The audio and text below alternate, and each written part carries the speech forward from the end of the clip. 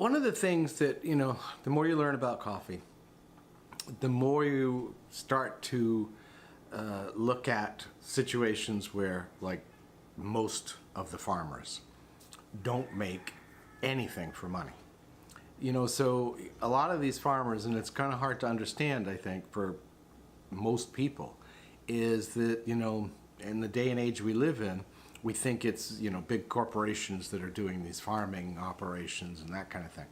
But in reality, I think most of the coffee is grown in smaller acres or lots or whatever. And these people really have a hard life, and it's all part of a situation where we all contribute to it.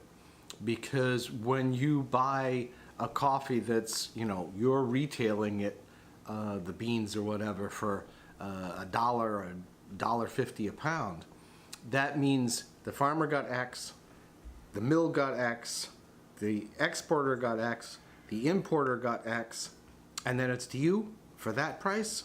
So that means the farmer got like nothing.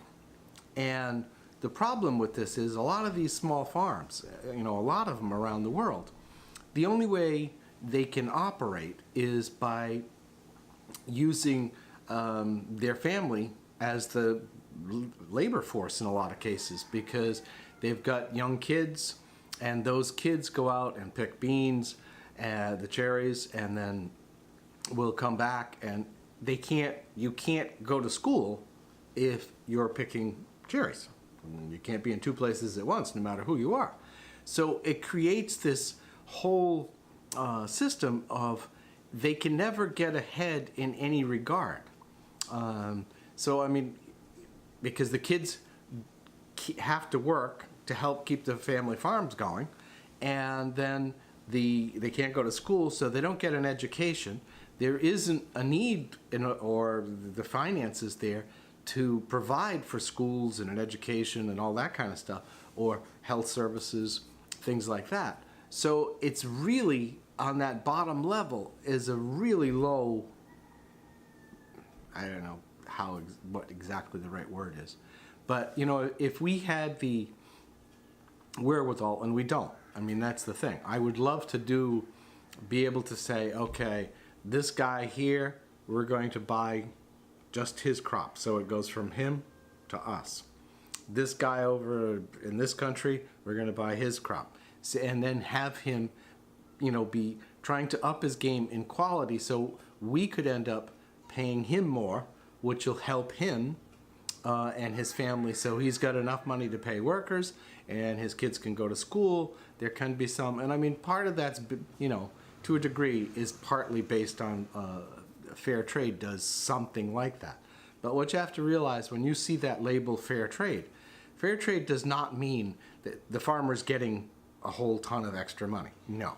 Because the farmer, if he's a little guy, the farmer has to join the fair trade. So there's a fee for that every year. Now, if he's too small, he can't even join that, because he can't afford to spend whatever it is to be part of that.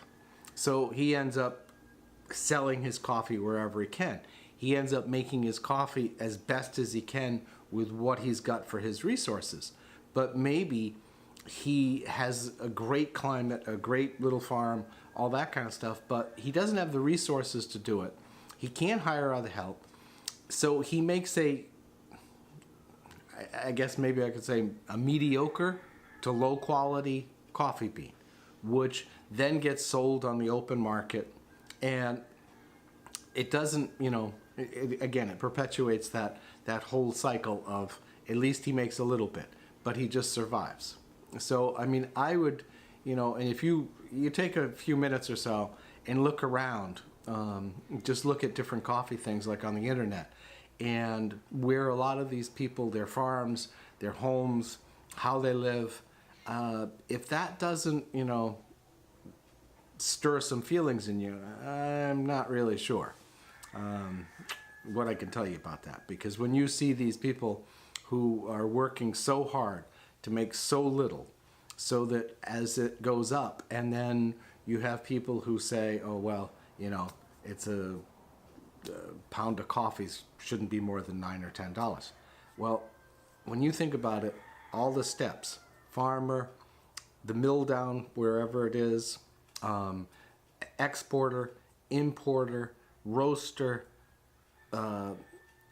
supermarket, everybody, 6, 7, 10 people, however many people have touched that bean from the farmer up, have been making money more, way, way more than the farmer does. So, that's one of the things that I'd love to be able to do in coming years.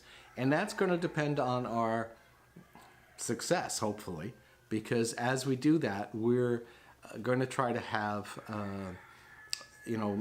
if we do really well, then we'll be able to take some of that. We have to survive too.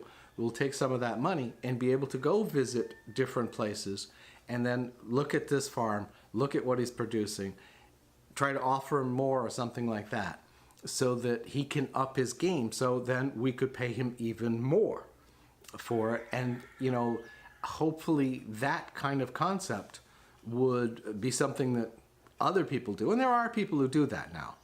Don't get me wrong. This isn't a new concept. There are companies that do this where they support individual farmers. And, one of the places we've been buying beans from, this is about as close as I've gotten so far, is that this man is originally from Bolivia, and his brother still lives down there. He's in New England. And what he does is he goes down to South America, and a little bit to Africa, and actually goes to the farm and buys that farm, depending on how big they are, their whole amount of beans. So it goes from the farmer to him to us. So he pays them more to begin with so that they produce a better crop. Thusly, we pay more because, of course, he's got to make money on that. And then the beans are going to cost more in the end. But to me, that's a worthwhile thing. It's if those farmers and those families are doing better because of that, then that's a worthy thing. I mean, and that's one of the things that we're going to try to work on, is that, there's certain aspects of like coffee that are, you can do something with coffee. You can help other people. And, I've said that before, we're going to try to set up something where we can help other people. In that other regard of helping other people, I'm not talking about people who are already capable of doing something. If you're capable of doing something and you just have decided you're going to, just use the system for, no. I got no sympathy there at all. There's always a way to make a buck. Get out there, do something, whatever. But there are people who can't for one reason or another, and especially kids. Kids, they may have a terrible family or whatever, but that shouldn't hit them. So we're going to look at different things, and I don't know where that's going to go. But we look at it is that we have, as we do better and better, we have a responsibility to help other people, not just take every dime we can and keep it all for ourselves and go, no, because if you can get those farmers to have a better life and produce better coffee, and you get enough people who say, no, I'm on board with that, that's good. I don't mind paying a little bit more. I don't mind paying a little bit more for the coffee because I know these people are doing certain things with their money. So that's, one of the things, and I think about how we're going to do that. It won't happen for a little while because we have so many expenses. And again, it'll only happen if the company grows. If there's not enough people who share that thinking or whatever, unfortunately it won't grow. And I'm not going to be in a position where I'm going to say, okay, I'm going to lower the quality of the coffee, produce junky coffee, just so I can make more money. No. It's either going to work as good coffee or it's not going to work.